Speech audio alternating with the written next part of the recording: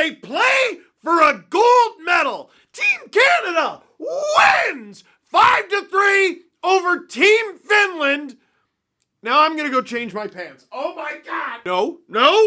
Okay, so you're all here right now after what you just watched. Well, what I just watched was the Canada-Finland game. No. That's not what you just watched. The Canada-Finland game was like, what, 2.5, 3 hours? What you just watched was Canada almost choke on a 4-0 lead, which is slightly insane. But here's the thing, in order to choke on a 4-0 lead, you have to choke on a 4-1 lead. And I just wanted to point out that it was a 4-1 lead in the third period with a team wearing a leaf on its chest in Boston. So that might slightly explain why it ended that way. But here's what I'm not gonna let you do, because it's Monday. Then we have Tuesday, then we have Wednesday, and guess what? Wednesday night, you have to wait until Thursday because the game isn't until Thursday. What game? The final game between Canada and the US, because they're in the final. They can still win this thing. The four nations facing off, and there are only 2 teams left. This is the position you want to be in heading into that day. And I feel like we're just gonna spend the next few days doom scrolling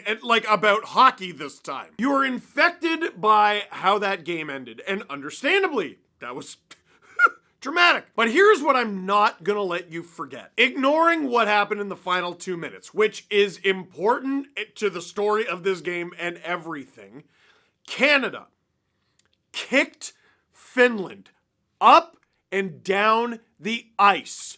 Canada wrapped Finland around their finger for 58 minutes. Were they perfect? Absolutely not, but Canada was far and away the better team in this game. Which brings me to this. Producer Drew sent me this. This is the deserved win-o-meter for this game.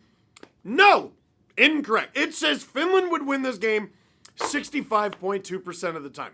No, absolutely not. Incorrect. Try again. Listen, I'm pro analytics. I'm pro analytics as a tool. Definitely. Everyone should be. It's a tool. I am also pro context. And I know the popular saying is your eyes are liars, but at very least my eyes saw the order in which things happened. I don't know if Finland won gold in the score effects Olympics in this game, but they at very least hit the podium. Can I show you how quickly things happen here? Here we go. Right here. Look at this. Score 0-0. Finland has the puck in their own end and lots of time and space. Then Finland puts it right on the tape of Connor McDavid, who prevents them from getting out of their zone. Not only is this a giveaway, but you couldn't have given it away to a worse person. Sorry, I'm not calling him a bad person. I'm saying, you know what I meant. So it's a giveaway by Hintz. McDavid charges in. So after that, McDavid charges in, and oh, look, he's turned back by the Finns. They're doing a good job defending here. He curls back around, and this is what he shoots into. For those of you who can't see it, McDavid is taking a shot. He's got a Finnish defender in his way. He's got a Canadian screening in front and a Finnish defender behind him. And he pings it off the post and in. Now, in real time during the broadcast, I'm like, man, you probably like a save from Kevin Lankinen there. What? Okay, he's leaning way too far to the side to get around the what? The screen! There are 3 guys in his way, and Connor McDavid takes a shot. Connor McDavid! One of the best players, if not the best player in the world. Connor McDavid takes a shot through a screen made of 3 people and puts it off the post and in. There's a narrative around this game that Canada got some help from goaltending in their net and in Finland's net, and maybe that's a little true. This goal is spectacular. It's a giveaway from Roope Hintz, yes, but it's McDavid turning defense into offense and doing everything by himself. This goal was unassisted. Nobody touched it, or wait, no, it says one guy touched it. The post! Less than 5 minutes in, Canada takes the 1-0 lead. You forgot about that because Canada, well, what would have happened at the end there? All right, then what happened next? Because maybe you forgot. I'll tell you what happened. Like 30 seconds later, you want a close-up of Kevin Lankinen letting down Finland? Hey, Kevin! Simply defend this breakaway from Nathan MacKinnon. Actually, it's a 2-on-0. MacKinnon has Josh Morrissey with him. Fantastic pass from Sam Reinhart, by the way, and he needed that big time. I didn't love his game against the States, but this is unreal. The read from McDavid on the first goal and the read from MacKinnon on this one. He saw everything before it happened. So did Josh Morrissey. Would you like a save there? Sure. As long as we're making unreasonable requests, I want a Bugatti. You like a save from your goalie there, but you don't expect it. That's a breakaway from a top 5 player in the world. And Canada's now up 2-0. less than 5 minutes in. All right, let's keep going. Let's keep talking about this game and how close Finland made it. All right, it's 2-0 Canada. Let's go to the next one that Kevin Lankinen should have had. We'll start here. This is a 4-on-3. It's Connor McDavid, Mark Stone, Braden Point, and Travis Sanheim. Anyway, good luck. McDavid, perfect pass to Sanheim, you know, as you do. Lankinen makes the initial stop, and then Braden Point just casually brings it forehand, backhand at the speed of light and puts it in the back of your net. It's 3-0, 13 minutes in. So at the end of that sequence, Canada has 3 goals on 7 shots, which statistically makes it look like Kevin Lankinen didn't even get out of bed. Like, earnestly, if he had just been in full goalie equipment lying down in the crease, would he have stopped more? Counterpoint, which one of those monsters was he supposed to stop? A McDavid bullet off the post through traffic, a breakaway from Nathan MacKinnon, and a 4-on-3 that features an amazing pass. You make the initial save, and then one of the best goal scorers in the sport puts it in. Canada is up 3-0 after 1. Because they should have been. I think by the end of the game, you forgot how good Canada was by the end of it. And I'm trying to remind you, I want this to be what rings through your ears over the next few days heading into the final. The 4-0 goal. This one's gross too. Here it is. Behind the net. It's Sidney Crosby helping to create a turnover off of Urho Vakanainen. Here's what you have here. You have, Crosby's the oldest player in the tournament. By the end of his career, probably by now, you could argue he's a top 5 forward all time against Urho Vakanainen, who is currently averaging less than 15.5 minutes a night in the NHL this season. This is a 4-nation tournament, 4 nations facing off, you could say, featuring the best players in the world. How many defensemen at this tournament you think are averaging less than 15.5 minutes a night in the NHL? Okay, second question, how many of those defensemen play for Finland? Vakanainen's D partner on this goal was Matinpalo. It doesn't even feel right to pick on him. Sorry, Nicholas Matinpalo. Steve, you didn't know his first name? No, I didn't. He's played 22 career NHL games. Nicholas Matinpalo is playing against Sidney Crosby wearing a Team Canada jersey before registering his first career NHL point. Anyway, Sam Reinhart also helps Sidney Crosby create the turnover. He finds Crosby down low in the corner. And hey, who's available in front? Oh, is it a streaking Nathan MacKinnon? Sure, I'll give it to him. He puts home his second of the game because why not? That goal is literally assist from a second overall pick, assist from a first overall pick, goal from a first overall pick. And at the end of the second period, with a few nice saves from Jordan Binnington as well, Canada has a 4-0 lead. Now, heading into this tournament, wasn't sure Crosby was going to play. He was battling an injury. Mitch Marner missed a little bit of time before this tournament. Cale Makar missed that game against the United States. How much is he going to play? Yet, heading into the third period, every single Canadian player should be fresh as a daisy. Because John Cooper just rolled 4 lines. Travis Konechny had the least amount of ice time on Team Canada with 12 minutes and 11 seconds. Sam Reinhart had the most ice time on Team Canada with 16:37. One thing I think you could definitely argue Canada might have been guilty of in the third period of this game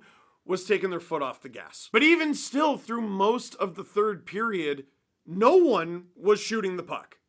By design. Like, no one on Canada, but also no one on Finland. Especially early on, Canada spent a wild amount of time in the offensive zone for a team that's already up 4-0 in a do-or-die game. Oh, here comes Finland. There goes Finland right back. All period long. Then with under 7 minutes to go, Esa Lindell jumps up in the play. He gets the puck, and man, I was gonna get on Jordan Binnington for maybe cheating a little bit to one side. Look at this Lindell shot.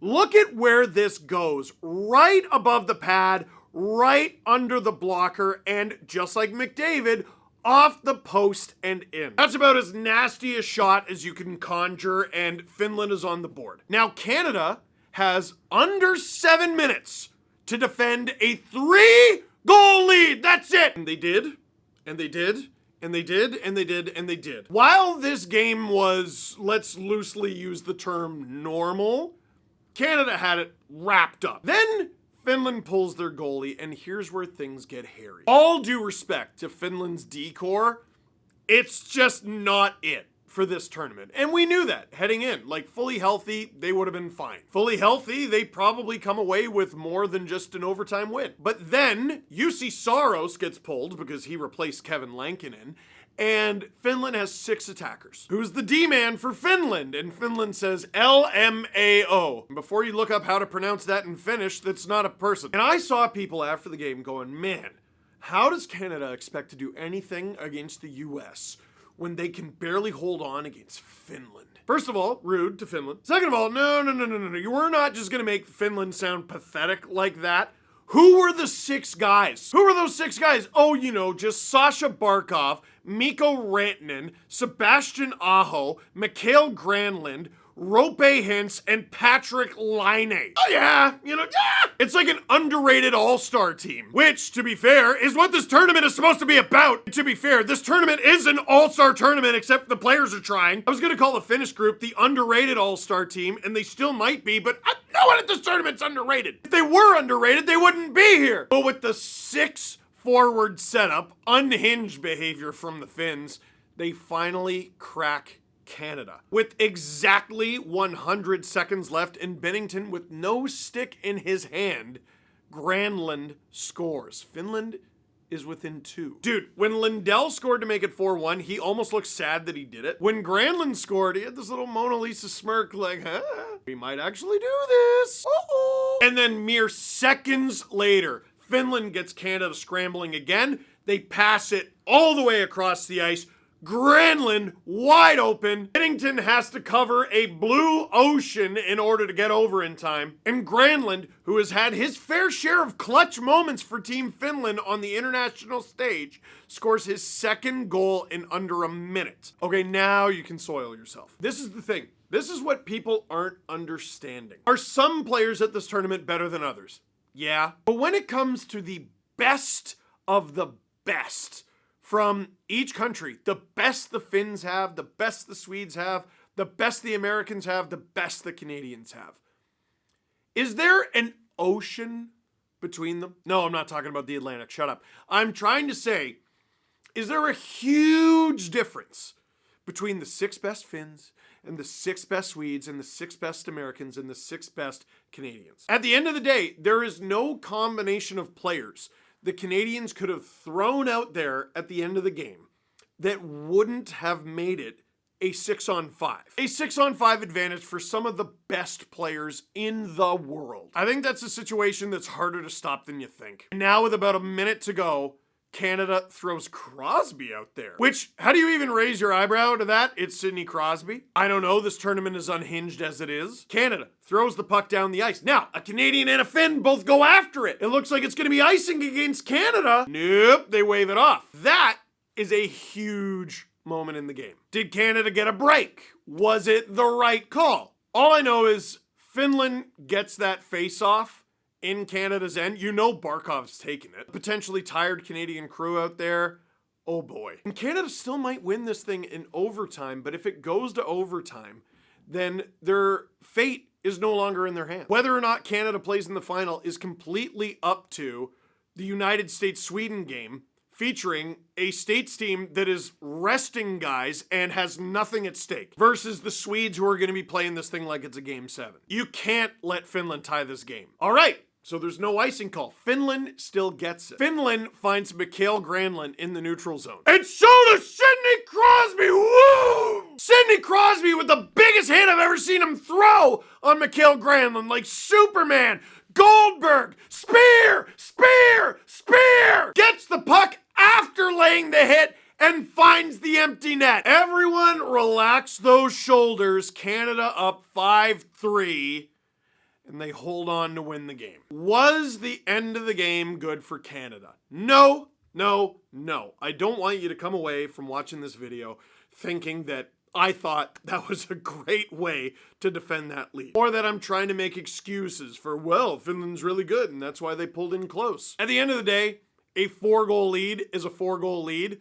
No one should be perspiring at all. But the truth of the matter, the hardcore fact of this game, is Canada utterly dominated Finland, dominated them for at least the first 53 minutes, arguably the first 58 and a half, and because people are shaken from the end of the game, you're pretending like you didn't see the first 58 and a half. Like you don't belong here in this final. Like the States, the mighty United States, have such an advantage that, oh, we shouldn't even show up. Oh, Steve, relax, I wouldn't take it that far. Well, you got faith in this group or not? That was a heroic moment from Crosby when his country needed it. That was a dominant most of the game from Canada when we needed it. And they got the win in regulation to punch their ticket when they needed it.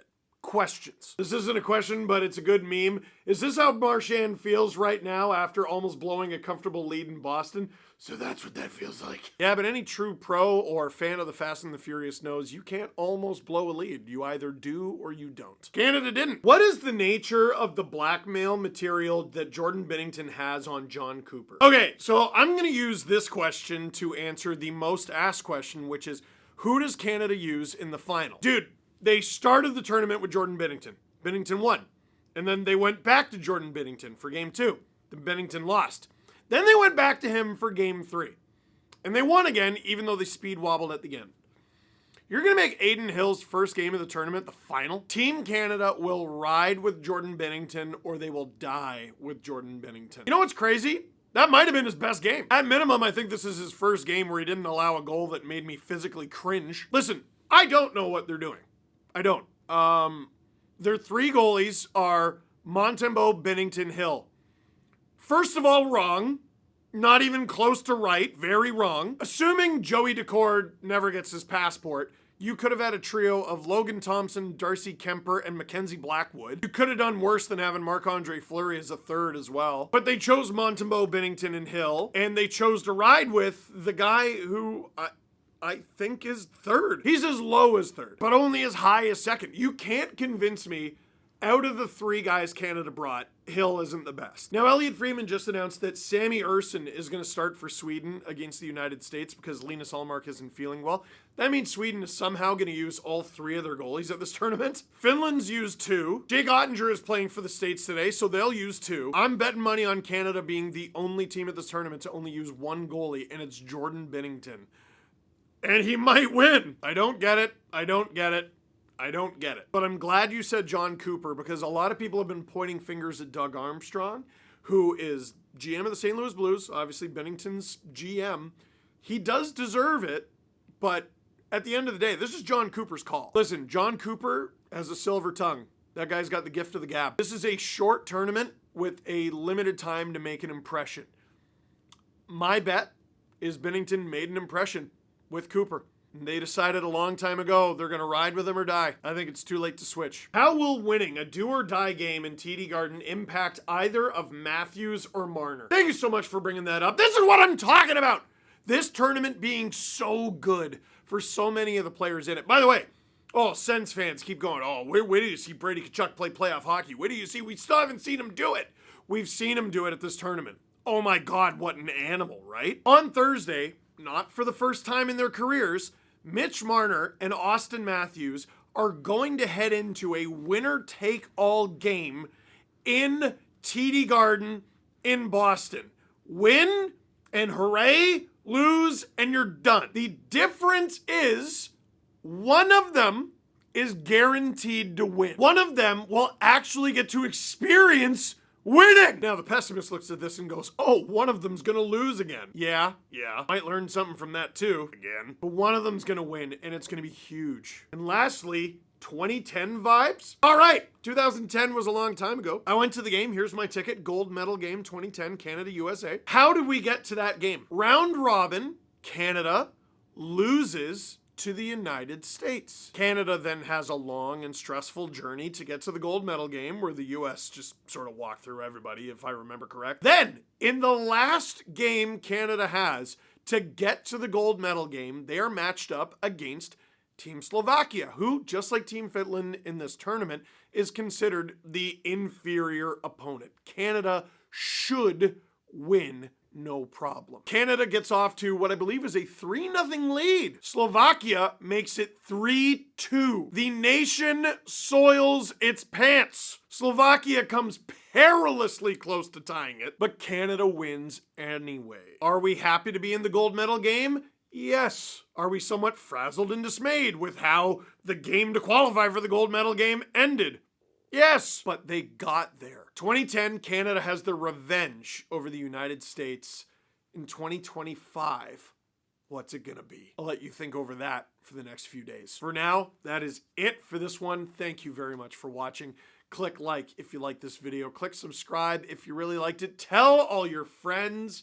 We got a stream tonight. It's gonna be Adam Wild doing USA versus Sweden. And then on Thursday, it'll be me streaming on the SDPN YouTube channel while Canada takes on the United States for gold at the Four Nation Face-Off.